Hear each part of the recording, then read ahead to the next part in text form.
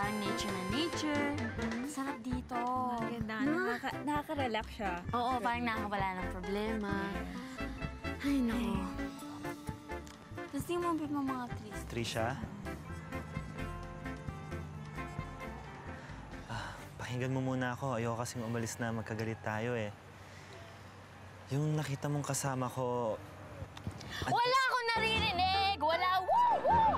Yeah, yeah, la, la, la. Wala, wala talaga. Kaya mo, diwag mo! Pwede meron yung phone mo? Ha? Meron, ma. Nakikitext lang ako. Magpapasundo lang ako sa kaibigan ko para sumaya naman tong kaibigan mo.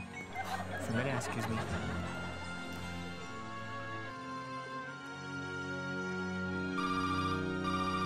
Aba, may tumatawag pa dito. Hello? Hello? Hello? Hello? Hello? Aba, binababastos to ah. Bakit lalaki yung boses na sumagot? Eh sabi ni Aiza, puro sila babae ron ah. Baka napano sila. Naku, kailangan ko sila iligtas. Ano, teka. Baka magalit sila kung magpunta ako doon, makikita nila ako. Kaya magpunta ako doon na hindi ako nakikilala o kaya hindi ako nakikita. Paano ko gagawin yun? Nag-commute? Bakit hindi nyo man lang pinatid sa service? Good morning. Tuloy-tuloy. Eh, ang dami pa naman tao rito. Tuloy. Good morning.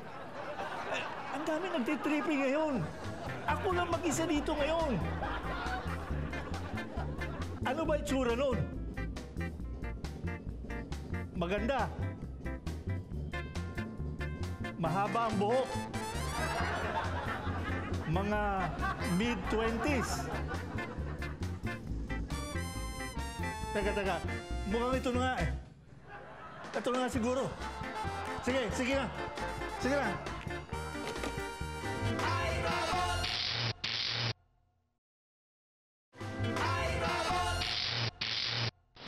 Ito ba yung pinadala ng opisinang makakatulong ko? Pinadala ng opisina na... Ah! Ako nga! Ako nga yung pinadala ng opisina.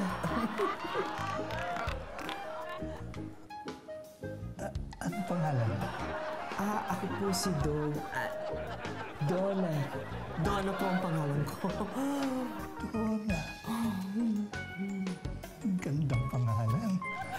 Bagay na bagay sa maamo mong mukha. Salamat po.